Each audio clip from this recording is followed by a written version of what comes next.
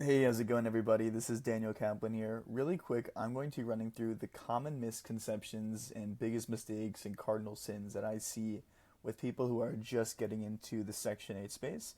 And the reason I'm making this video is I see way too many guys popping up on Instagram lately being fucking idiots giving you wrong information. And unfortunately, if people blindly listen to these gurus who are saying, here's how you go and make $800 a month cash flow, you're going to lose your ass, you're going to lose money. For context, I own a little bit over 100 doors. Most of those are within the Section 8 slash affordable housing niche. So I'm going to dive through like my top 5 biggest mistakes that I see first time investors make. Hopefully, I've made these mistakes too. Don't get me wrong. The goal of making this video is to help you not make the same mistakes that I made. So let's dive into this. So the first one is looking at the HUD FMR. And what all of these Section 8 individuals will tell you is they're going to say go to your HUD FMR, go and find the state that you're in, and go and pull up the county. So let's say I was looking in Tuscaloosa, Alabama, and it's going to tell you, oh wow, I can rent my 3 bedroom for $12.80. And you might actually think that you can get $12.80, but you will not. This is what the housing authorities will tell you. This is the most that we will ever pay under perfect circumstances. But the reality is, you'll never actually get this rent. Because what's going to happen is you're going to go to the housing authority and say, FMR says $12.90, great, that's what I'm going to get for rent. They're going to come back to you and say, Daniel, I can only approve you for $1,100. The house next door, they're asking $1,100. This house is asking $1,100. I think that is what the rent should be. Because the housing authority is going to say to you, Daniel, we're not fucking idiots here. I'm not going to pay you 30% more rent than what the market is saying. Because at the end of the day, the beauty of the Section 8 program is it is a government backed program. So I know I'm going to get my cash every single month because I hope the government does not go under. And because of that, why would the government also pay you a premium? You already have fucking guaranteed rent. Do not be greedy. You're not going to go and get a surplus. So always look at like what just conventional rentals are going to ask for, because otherwise you are going to lose your ass. Your underwriting is going to be a shit show, and you are going to lose money. And this is the term that we call loss to lease. Loss to lease is kind of what is the market rent versus what do I end up getting. So for example, let's say I was in Atlanta, Georgia, I might think I could rent for 1630, but I'm really going to get 1280. So I'm going to have an $4,200 less than I expected for that years of cash flow. And I don't know, you can see some quick indicators of some other cities and what that looks like. But this is going to show you that I'm going to underwrite incorrectly, and I might think that I was going to get X amount, but I'm actually going to get $3,200 less per year than I thought. So that is the number one mistake I see people make. The next one is buying turnkey properties. This is the biggest thing that I always see. So, firstly, never buy a turnkey property because I promise you it is never actually turnkey. What's going to happen is you're going to buy this with long term conventional debt. You're going to go and get an 80% LTV DSCR loan, 7% rate, 30-year AM. And then you realize, oh shit, now I got a bunch of repairs that came up.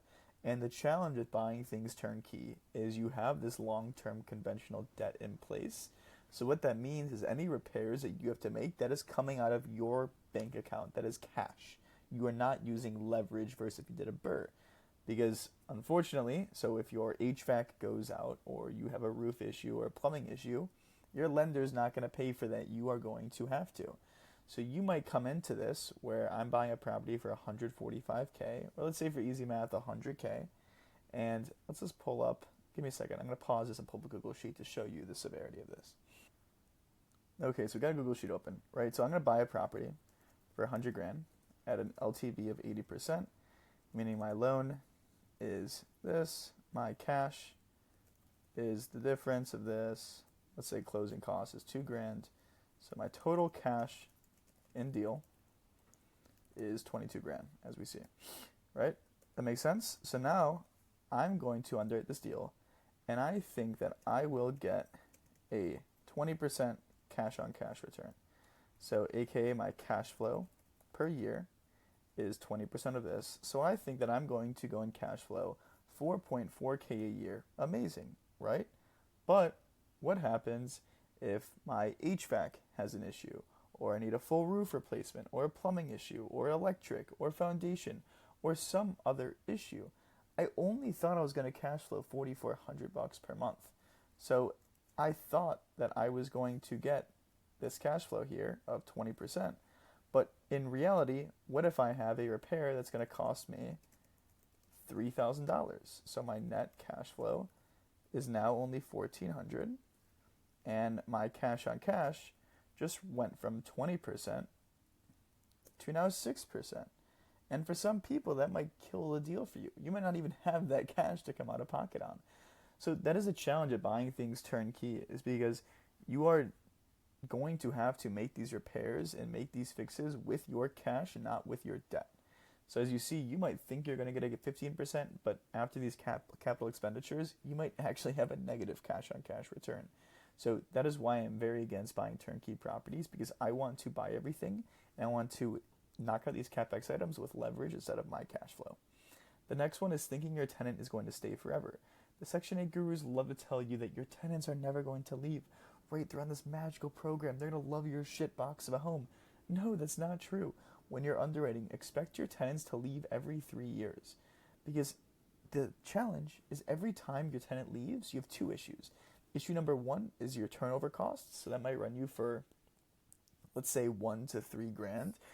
And turnover just means fixing the property, cleaning it up for the next tenant to come in. But the other challenge with it is now I have holding costs, because if I go vacant for 3 months during that turnover, I am losing $800 every month because my PITI, utilities, lawn care, etc. So it's important that you are factoring into your model. When you are underwriting for the next 10 years of forecasting, you need to assume my tenant's going to turn over, I'm going to pay $3 grand in turnover costs, and my property's going to be vacant for 3 months. So you need to consider that, because again, you're going to go from thinking you have X yield to instead probably losing fucking money because you did not analyze this risk. And the next one is, again, not budgeting for lease-up time. Unfortunately, these housing authorities move slow, and also you might have a shitty property manager. You might think that right when you buy the property, you're going to start cash flowing, but the reality is it's actually going to probably be month 4 or month 5 until you actually make money. So you need to factor in the holding costs that you're going to have. So again, this is more cash out of your pocket. You might bring 20 grand to the table, expect to cash flow 2 grand a year, 10% return. But what if I'm vacant for the first 4 months? And now I went from 20 grand to 25K tied into the deal. And that is going to kill your cash on cash return. And if you don't have the capital for it, you're going to go under. So very important. People tend to overlook this. It takes time to lease up your properties. And the next one is buying in the hood. Okay. We all think that it's Section 8, right? It's a magical program. They're going to rent anywhere. But again, these are human beings here. They are not going to want to go in the middle of a war zone. They know the area. They know the zip codes. They know the bad blocks. So you might buy a property in the hood, and unfortunately, you are going to attract awful tenants that are going to beat the shit out of your unit, or you're just going to be vacant for 6 months. Or, for all you know, there's going to be a break-in. You're going to have other issues. I once had my HVAC fucking stolen from me. Sorry, my air conditioning unit that was outside, fully stolen. I lost 4 grand because of it, because I owned a property in the hood. So just because it's Section 8 does not mean you can buy these properties in rough areas. And the last thing, the TLDR, is this is always my philosophy. If you watch any of my YouTube videos, you will know I sound like a broken record right now. Underwrite your doomsday, and are you okay with that? That is the whole game. When you're building these models, your job is to convince yourself to not buy this deal. You need to point out every single thing that can go wrong, and then look at your returns accordingly. I think I can rent for $1,300, but what if I get $1,100? I think that I'm going to be vacant for 1 month, but what if it's 4 months? I think my month-over-month repair costs are going to be 5% of my rent, but what if it's 12%? You want to underwrite for these worst-case scenarios, build out your sensitivities, and then think about, am I okay with this return given the doomsday? Always underwrite doomsday scenario, and everything else is gravy. I see too many people try to convince themselves to buy deals. I can make any fucking deal look good on a Google sheet, but that does not mean it's actually going to perform. Again, it's just throwing fucking numbers in cells and hoping to say, hey, I'm going to go and get 100% cash on cash. Yay. That's not how this world works. So you need to underwrite for your worst case scenario and see, are you okay with that? So I hope this helps. I hope you got some value out of this. Again, this has been battle tested by myself. I have made these mistakes. Please learn from them if you are trying to get into the Section 8 space. Hope this helps.